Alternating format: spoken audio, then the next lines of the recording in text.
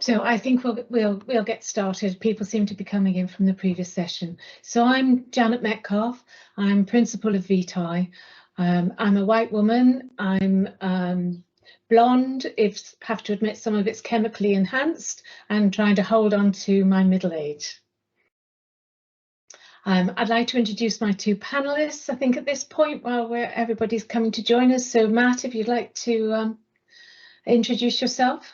Sure, thanks, Janet. Hello, everyone. Welcome. So I'm Matthew Tart. I'm project manager here at VTI, working with Janet around professional development and the research and development Concordats. I am a Caucasian male in his early 30s with short brown hair, permanent bags under his eyes, and wearing a magnolia coloured shirt. And Sanya, would you like to introduce yourself? Thanks very much.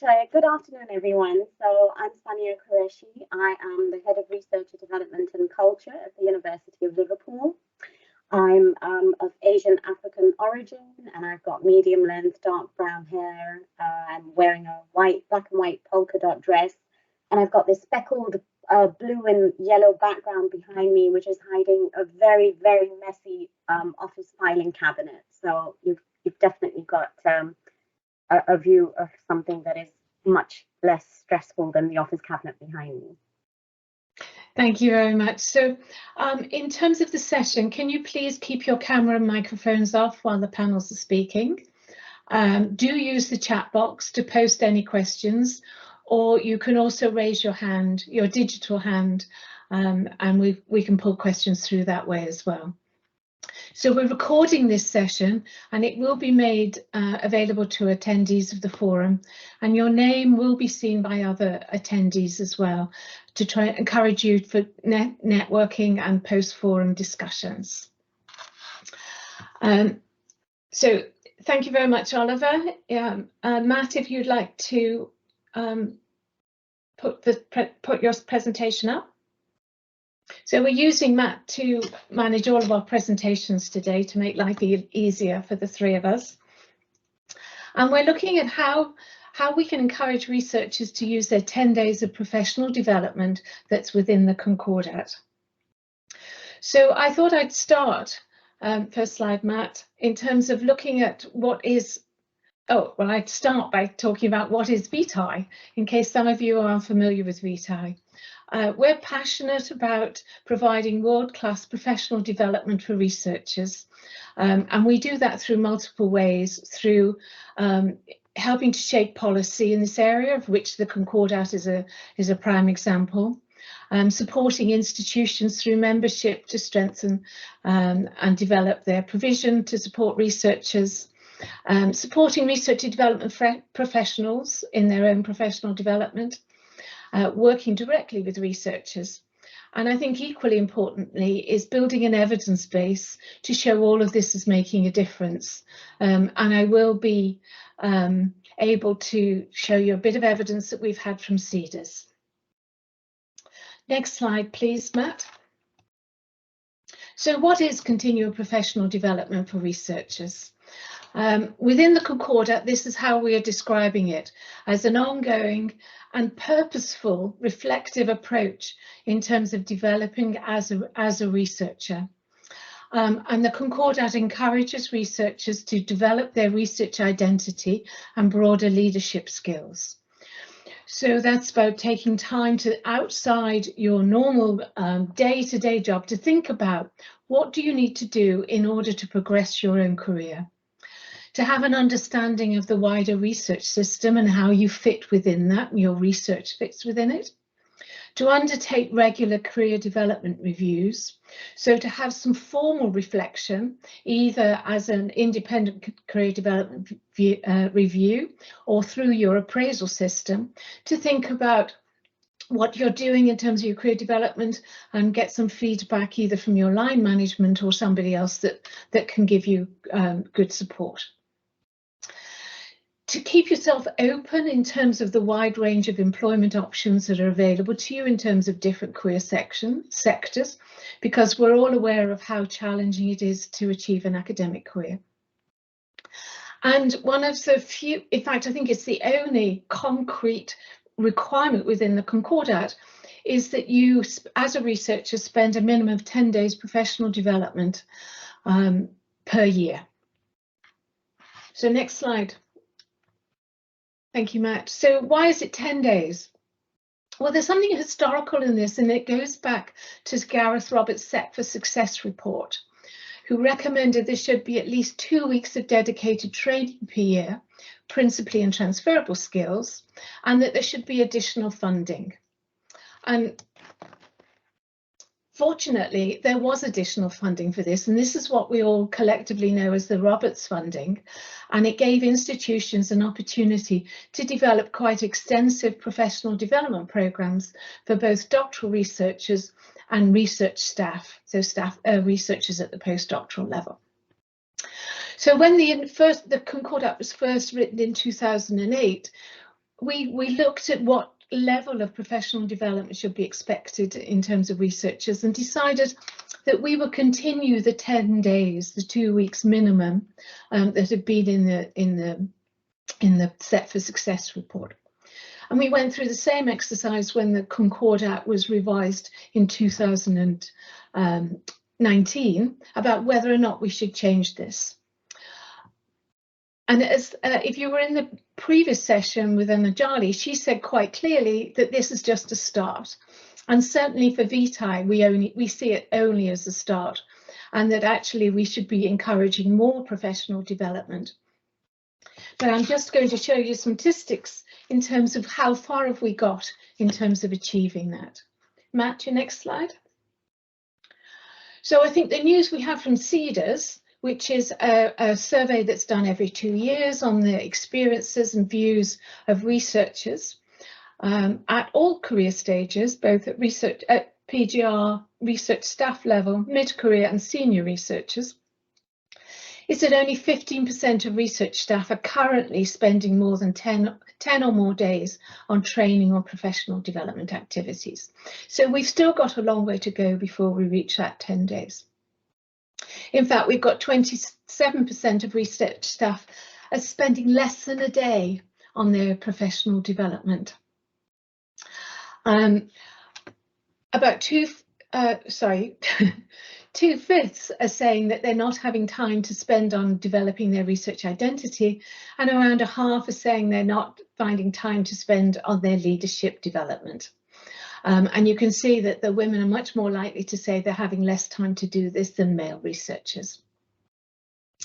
We can also see through CEDARS that actually research staff are not doing any worse than mid-career academics either, in that there are similar levels of investment in professional development at mid-career stage, and even lower levels of professional development at senior stage. So I think there's something here about do we have enough role models in our mid and senior career managers that are encouraging researchers to develop in professional development? And could we do more to enhance the culture inside higher education to be able to invest in professional development? Because we must remember that universities are seats of learning, and that learning should be with ourselves as well. Next slide, Matt, please. But despite this low level of engagement in professional development, there is an amazing amount of interest in participating in their own development. We can see that around 2/3 of respondents of research staff in CEDARS are saying that they would like training in leadership, managing others, career management, project management and interdisciplinary research. We're seeing that they would like to get involved in wider aspects of the research ecosystem as well, in terms of knowledge exchange, public policy development, citizen science, and institutional policy and decision making. So clearly the level of interest is there, but we're also seeing quite major challenges in encouraging researchers to engage in their own professional development, not least by having the time and allocating the priority to developing their professional development. We're also still seeing resistance from managers and supervisors in allowing or encouraging their researchers to engage in professional development. And researchers are having challenges in terms of investing in their professional development, in terms of investing for the future, and they're looking for more immediate benefits in terms of spending that time in terms of the work that they could be doing research. So I think there are some challenges here, and both Matt and Sonia are going to be talking about some of the things that have been coming out through our conversations with our members in terms of VTI activities, and what Sonia's doing particularly at the University of Liverpool to tackle some of these challenges. So I'm going to hand over to Matt now to talk about the conversations we've been having with our members. Thanks, Janet. So obviously now you've all heard the status quo. The question really to pose is, what is the sector doing to improve on this? So we've been engaging proactively with many institutions and organisations about this particular obligation within the Concordat, and in the following slides you'll see some of the recommendations that they've sort of co-developed as a community of practice around this. I'd say overall it's really positive that in asking institutions to consider this core aspects of the Researcher Development Concordat, so many are both enthusiastic about enhancing research development, but also just to share that practice. No walls needlessly erected. So what approaches have they reported back to us? So in terms of embedding professional development, there are a number of places to start, with the first often being to help researchers and all staff in general to recognise actually what constitutes professional development, such as by listing credible development activities, but I'll leave this to Sanya, who's going to cover this in more depth after. Another approach is through formalised programmes and networks. Think of a leadership programme, for example. Having a clear name to a process of development makes it appear more tangible, and perhaps its benefits appear clearer too. So institutions' Concordat action plans have also shown us the growing popularity of mentorship programs, which obviously promote reflection around professional development, but also with an objective party. And finally, institutional leadership really has that capacity to instill professional development in both strategy, but also in narrative. And that's going to be key, given that organizations seem keen to encourage, but not mandate professional development.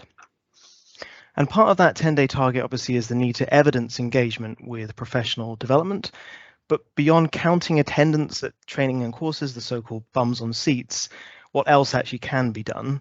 So tracking engagement, of course, with online resources is one option, though it still doesn't quite capture engagement with less formal and sometimes hidden development activities. Instead, institutions really need to encourage and enable self-assessment, as this is when researchers start to take full ownership of their professional development. Of course, self-assessment needs to be thoroughly explained beforehand, and those tools maybe that are used to document activities and experience should be straightforward. Institutions have also begun mining appraisal and PDR data for evidence of professional development, which of course can be a real trove, but again, only if adequate training is provided ahead of those conversations between managers and researchers. Otherwise, they can easily slip into focusing solely on research. And as Janet just highlighted earlier, surveys are obviously there for evaluating engagement right the way across different staff and student populations. So funders obviously have a number of obligations defined within the Researcher Development Concordat, and in terms of promoting professional development, they can actually really work in tandem with institutions to enable those 10 or more days per year. So funders have the capacity to complement the examples given on the previous slide, such as by providing both time and financing for professional development, so maybe in your grant and fellowship award packages, and that's obviously going to also serve as a show of support from a highly influential stakeholder. Funders are also well situated to provide development opportunities in their own right, maybe at a national level, such as when there's limited capacity or interest in offering a certain initiative at local level. And lastly, funding to provide bridging time also offers tremendous value for researchers. I think we commonly think of bridging funds to bridge between contracts, but it could instead be used to provide an opportunity for broadening activities such as an internship or secondment. So in terms of monitoring engagement with professional development, funders have a couple of additional levers beyond what institutions can offer. So midterm reviews during a grant's progress are well situated during an award timeline, obviously to encourage researchers to reflect on what professional development they've pursued and also what goals they have lined up in the coming months. Funders also are able to mandate reporting on professional development after an award has ended. And whilst, of course, organizations, the host organizations may ultimately be the entities expected to provide opportunities for transferable skills development, for example, funders may still want to review the perceived quality of institutional researcher development provision. As part of their vision as Concordat signatories, that they're going to want to ensure that their grant holders are receiving a certain standard locally. So in the 2019 revision of this Concordat, managers of researchers now have a clearly delineated set of obligations to address. And so as part of these expectations, we're asking how can managers further promote their own researchers' engagement with professional development, and how should institutions then be enabling managers in this pursuit? So first, obviously, and I think we've covered this at length throughout the different sessions today, we have to recognize the tremendous pressure placed on managers of researchers and the fact that there are many barriers to them encouraging and engaging in their own development. So if we don't have visible support for professional development from senior leadership and professional service staff, managers are less likely to sense its importance. And without wanting to place even further pressure on managers, it's vital to tell them that they play an essential role in culture change. So on that note, I think we've remarked, at least in our engagement, that many comment on how group leaders sort of react with concern at the notion of 10 days per year. So professional development has to be communicated as something positive and enriching, rather than that standard connotation that it's there to plug a gap or fix a deficit. And of course, institutions will want to provide material incentives for managers undertaking and encouraging professional development, so-called carrot. So such as adopting perhaps criteria in promotion procedures that obviously recognize where managers of researchers have pushed and supported their own ECRs into professional development opportunities. So if those barriers have been overcome, or at the very least mitigated, what can managers then actually do in this space? So really, we're going to keep coming back to appraisals and development reviews. These are an ideal forum for managers to encourage their researchers to first establish developmental goals, but then think about what activities they may need to reach them. And of course, that kind of reflection, it can and should extend beyond into more informal conversations too. Managers need to be, as Janet highlighted, role models by undertaking professional development themselves, but then to celebrate this as well. It's really not just papers and grants, of course. It's researchers need to be proud of how they grow personally and professionally. This really is how we can ultimately normalize professional development in researchers day to day. So last and clearly not least, what advice can we offer to researchers themselves? So for the researchers in the audience, you've obviously heard now the sort of time, funding, encouragement that needs to be provided to you so that you can engage in professional development. What do you actually need to do? So in brief, you need to own your own development. It's ultimately they're your goals, and you're going to, for example, need to identify from the opportunities available to you, which of those can help you on that journey. And reflect on those developmental goals with your line manager, as I just mentioned. So many institutions have appraisal processes. You should be entitled to one. So explore how you can use these to support and undertake professional development planning. Researchers, and indeed every stakeholder, should recognize the immediate and then more distant benefits of professional development. It's not there just to keep you in work in a decade's time. It can bring you value to the research you do in the short term too. And that's where researchers will want to build a deeper appreciation of this 10-day target. It's only around 4% of the working days in a year if you're working full time. So investing in those 10 days might actually bring more value than only fractionally increasing the amount of time you spend on research. And lastly, as I said, with managers of researchers, be proud of that time you spend developing. The research system as well, slowly but surely, is changing for the better, and celebrating your development is becoming increasingly recognized and rewarded in career progression. So hopefully you'll now appreciate 10 Days really is a joint effort, one that's evoking a lot of innovation and disruptive change. But similarly, you can see if one of these cogs stops turning, we're going to struggle to see the change in priorities and then the growth of opportunity that we need to encourage researchers to engage. I just want to end by quickly thanking these organizations who shared their practices and perspectives at a recent VTI event. And as I said earlier, it's that practice sharing that I think completely underpins why the Researcher Development Concordat has such potential to drive research culture change in the sector. And thanks for listening. Thank you very much, Matt. So we'll hand straight over to Sanya, and again, Matt's going to be our technician for the day. Thank you in advance, Matt, for slide sharing on my behalf. So good afternoon again, everyone. I'm going to be talking about the University of Liverpool as a case study of all of the policy and the background thinking, and covering some of the ways that we have addressed the challenges that Janet covered as well in her presentation. If we could move to the next slide, please, Matt. So to begin with, I think it's worth just covering where our starting points were, and this goes back to early 2019 when the Concordat was being reviewed. We were very mindful of the external driver being signatories, one of the first signatories to the new Concordat, and holding the HR Excellence in Research Award previously since 2011, about the kind of culture change that was coming to really support and drive researchers to take more ownership of their development.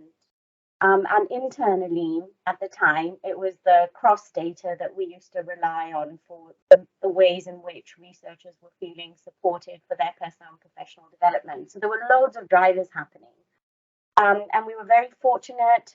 We have a very engaged Pro-Vice Chancellor for Research Impact, who also chairs the Concordat Steering Group at Liverpool, which has representation from all the senior leaders across the different faculties of the university, as well as any research-related department across the university. So whether that's the Research Support Office, the Open Research Team, the Equality and Diversity Team, and so on, everyone's included there. And so there was very much a driver that came from the Concordat Steering Group that was led from the front by the Pro-Vice Chancellor. So in around the time, the Concordat Steering Group put together what is known as the University Statement of Expectations for research staff and principal investigators. And this it is a statement of expectation that covers the professional practice and expectations for research staff and PIs from leadership and communication perspectives, issues related to skills, training and development, aspects of the research environment, of the career development, and any faculty or department or local actions that are related to the Concordat.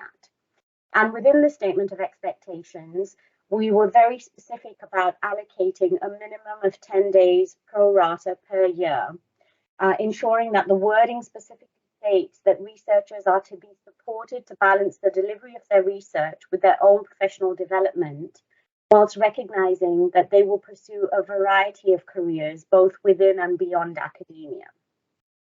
And that statement was ratified all the way to our to the senior most committee, or the University Council. So building on that, we then did a lot of work within the Concordat Steering Group. That was, I should also have mentioned, we have about 30% representation from researchers, that is mainly postdoctoral researchers and early career research fellows on the Concordat Steering Group. So their voice was very much embedded across all of these initiatives at every different stage. So the starting point was the expectation that they take ownership of their careers and that their development needs vary with career stages and can take a variety of forms. And then another aspect that came across, because at Liverpool we have just over 1,500 early career researchers that come within the scope of the central Concordat activities. And we were very mindful that any development activities for these 10 development days should not form a part of one's normal job description. So, for example, if you're expected to be teaching anyway as part of the work that you do as an early career research fellow or a postdoctoral researcher, that teaching doesn't count as a development activity. And again, we were mindful to make it a living resource, recognizing that development opportunities change over time. Those that are available internally also have endpoints, or new ones are created. And so we have an annual review of this resource that we've created. So the resource is, Matt, we could have the next slide, please. It is a website that we have where we specify, sorry, Matt, maybe the slides moved for you, but it hasn't for me, I'm afraid, unless it's moved for others. What I'll do is I'll just post, that's no problem. I can post the link to the website in the chat. And what it really is a page where we bring together both our internal and external development opportunities that are related to policy developments, university-wide projects beyond research-related activities, career-related experts that provide opportunities to explore careers beyond academia, opportunities for researchers to explore their independent research identity and broaden their leadership skills, and so on. I won't go into every single detail that's on that website, but like I said, this is something that our Concordat steering group has the ownership of and drives. So if we move to the next slide, sorry, Matt, they're not changing for me, but hopefully they are for other colleagues. So this is the slide that should be titled Engagement and Monitoring. And so at Liverpool, oh, it's the next slide after this, Matt, please. Or perhaps it has moved for everyone, in which case just ignore me. So in terms of engagement and monitoring, again, the challenges that Janet brought up in terms of researchers being mindful, reporting that they don't have the time, or that there might be inadvertent barriers created to their engagement by their PIs or the managers of researchers. What we've endeavored to do is to have this one resource that is signposted at different stages across the researcher life cycle. So from the very beginning, for instance, when a research active member of staff joins the university, they have to complete a mandatory, an obligatory training module that gives information about the Concordat.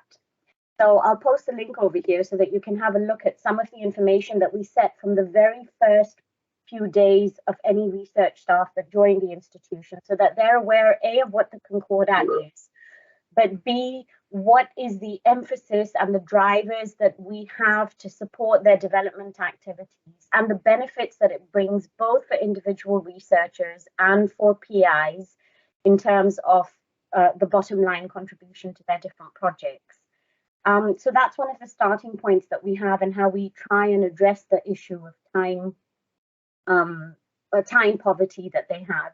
And a little bit of it is also about communicating from researchers the value of the peer, the word of mouth from other researchers who are able to articulate the benefit of engaging in development activities on themselves to their peers. And that's also embedded in the module that I've just shared there, where we've had the chairs of the university's Research Staff Association actually hold a session about what is the value of engaging with development activities and what are the possibilities that can come out of it. we've been very mindful about having links that work on this living resource, so it's constantly reviewed on a regular basis, and we ensure that it's communicated. So like I said, not just from the point of entry into their employment at the university, but also through various local Concordat champions that are embedded within faculties and schools and departments. We have regular staff news articles through the Research Staff Association, weekly e-bulletins that goes out. There's reminders about different ways, top tips, information that are changed every week. And we found that researchers have reported back to us that they found it really beneficial, and there's been almost fortuitous reminders for them that have come up about the availability of different developmental activities, depending on whatever their needs are at that particular point. So for example, it's PDR season. There's sessions, live and asynchronous recordings available for PDRs, how to have successful PDR conversations, and how to have a difficult conversation with your manager, for example, how to have a difficult conversation generally, or through the development resources that we have, how can they engage with other groups where they need information on specific things. So for example, being part of a peer review, a mock peer review panel if you're putting in a funding bid, and all sorts of fortuitous other examples like this. The other point that I want to make is about incentivizing participation. So this is something that came out very strongly because we recognize there's sometimes, with the best will in the world, it's not always very clear to articulate the reason why, or to make it easy for researchers to engage. And so what we've done is offer bespoke development opportunities, fund external engagements or placement opportunities for our researchers, make consultancy opportunities available for them to engage with industry stakeholders and so on. So those are some of the ways that we've been able to incentivize participation. And like I said, we've been giving we make regular updates to the development activity by the Concordat steering group, which again is filtered around all the different faculties, departments and schools across the university. And the final point I think I want to make, the two are both related to each other, is that we're not the development police at Liverpool. We don't really, we don't hold a stick to our researchers. Our job is there to make every single possible opportunity available for them to take up these 10 development days that they have a right and are entitled to take within our statement of expectations. So while we don't really have a specific way to monitor or police them, we do encourage them to update their portfolios of activity, which are available in parallel to the university's appraisal system, or the PDR system. And we also monitor, if you will, through the CEDA survey that Janet also talked about. Although it's something that is we undertake every 2 years, it is very much something that we've been able to show a positive trend by comparing it with the cross survey results in terms of how our researchers are reporting more uptake, or more. Also, we've had anecdotal feedback from them to say, I wouldn't even have thought, for example, of engaging in a journal group is something that actually has that impact on me, but I am going to put it in my portfolio of activity because it certainly added value to me and helped with a writing, a paper that I had to write. So those are just some of the examples of anecdotal feedback. I'll stop there now, and I'm very happy to take any questions as well. Thank you very much. Thank you very much, Tanya. Right, I've no idea whether we're still sharing or not. I don't think we are. And I'm happy to open it up for questions. We have a couple already in the chat, so I'll start with those while you're all penning or raising your hands. So Alice is asking about how can you access PDR appraisal data, and is this allowed through GDPR? Sanya, I don't know whether you'd like to talk about whether or not you have any access to any of the back end of the PDR process in terms of knowing what people are thinking about in terms of professional development. Okay, thanks, Janet, and thanks, Alice. It's a really good question. So the answer, I don't know if I have access. The team that I'm based in, the development team, is based in HR, but that's not really something, like I said, that we have a focus on. For us, the main point of measure is through the CEDAR survey, rather than looking at what people are reporting their uptake on every year through the performance appraisal. We do have informal focus groups that we run annually through our Research Staff Association, where we're able to gauge what people, upcoming specific areas of professional development that researchers want. But in terms of tracking it formally in that way, we don't do it, and I've not asked to do that.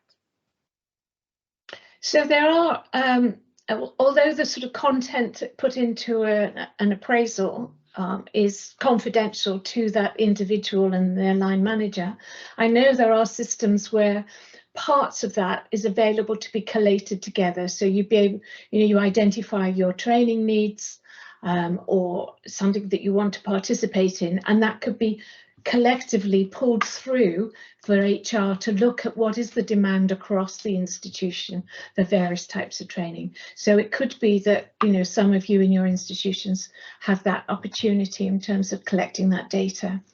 But certainly, as Sanya said, in CEDARS, we ask a whole range of questions of what type of training and learning development are people interested in.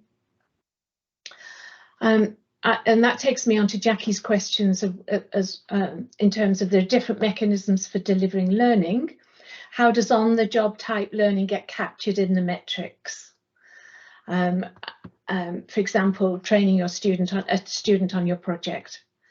Well, I think that there's a dichotomy there. I think the on-the-job type learnings cannot be captured in a metrics.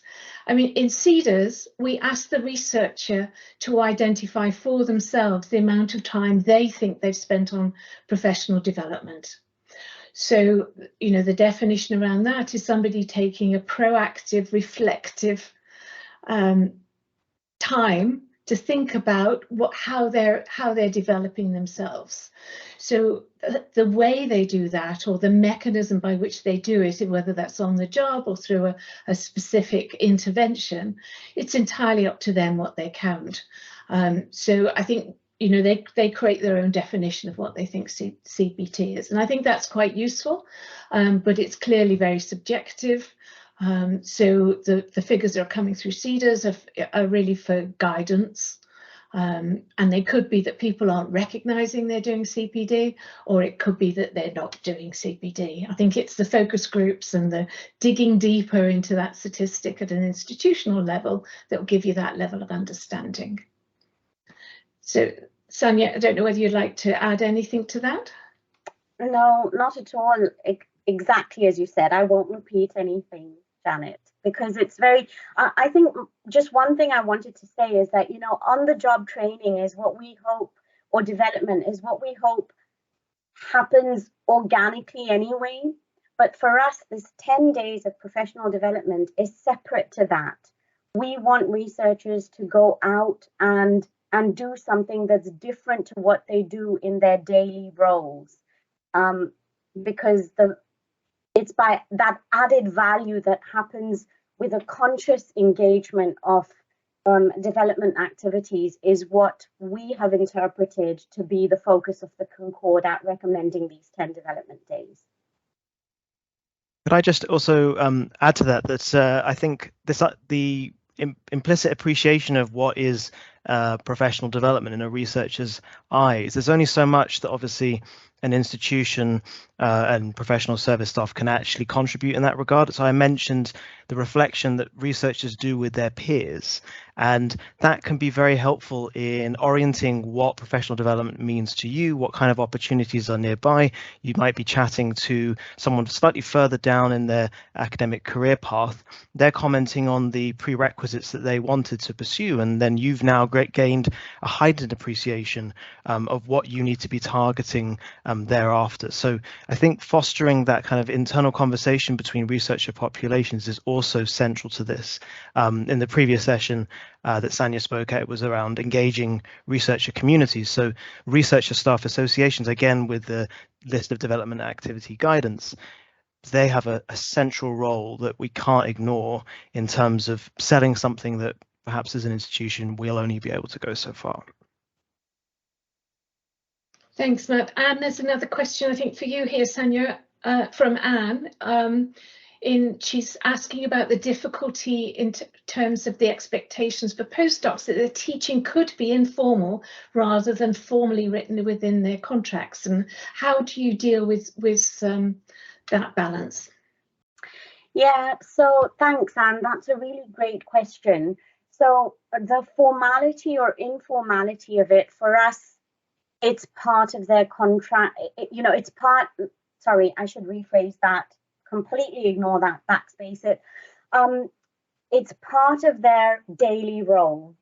And I think it's important just to differentiate here, the formality of employment and so on. It's about what a PI is expecting of a researcher to undertake as part and parcel of their contribution to the research project. And if teaching is a part of that or an expectation, then it's not development. So that's, again, the way that we have interpreted it. Please feel free to ask any follow-up question in the chat if you like, Anne, and I can reply specifically. Can I just also pick up on that? So obviously you mentioned that conversation between PIs and managers. I just wanted to have an opportunity to share something that Vita has been working on with a few new group leaders. So obviously we captured how vital the influence is of a local sort of research manager. There's an implicit culture that comes there that's very localized, maybe independent of the department. So in terms of what a manager then can understand they can do for a researcher, is a toolkit that we've produced with new group leaders in the Future Leader Fellows Development Network, has created kind of a raft of recommended activities, and many of them are just behaviors and thought processes that a manager needs to sort of recognize they already have in their armory, and that they can bring then into that formal manager-researcher relationship. So I'm just going to pop that in the chat. It's an open access resource, and it's being piloted actually at a number of UK universities at the moment. Thanks, Matt. I think we're getting a conversation going on teaching, and Carol's making the comment that teaching is often dumped onto early career researchers, for PIs informally buying out their teaching time by delegating it down to their research staff rather than being a development opportunity. You can be formally allocated teaching and it still not be a development opportunity, though. I think it's encouraging researchers to reflect on their teaching and whether or not how they would be able to be a better teaching is actually the professional development aspect of it, irrespective of whether it's in or outside their job contracts. So I think, how do we create that culture in an institution where it's normal practice for people to reflect on their own professional development as hard as they reflect on their research? I think, sorry, just to come into that, Janet, I think there's also, again, coming back to the institutional culture, for instance, at Liverpool, the expectation is that anyone that engages in teaching is also supported to do the teaching qualifications through the Higher Education Academy. So there's an added element of, some more professional development activities and reflection that could go on in this.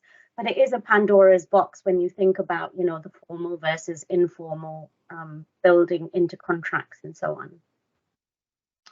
on. So I'm very conscious that we're 1 minute before everybody has to quite rapidly get into the next session. So I'd just like to thank both Sania and Matt for their contributions. And Sania, I think it's what you're doing at Liverpool is a really clear statement that you want to change the culture around investment in professional development. And, you know, it's really great to hear that you're doing that. So thank you very much. So thank you, everybody, for your attention. Thank you for joining. Thanks very much, Janet and Matt. We have to do this triple act again together soon, I hope. It'll be nice to get face to face soon, won't it? Definitely. Counting down the days, a plug for the VTI conference, I think. Yeah. I'm very much looking forward to it.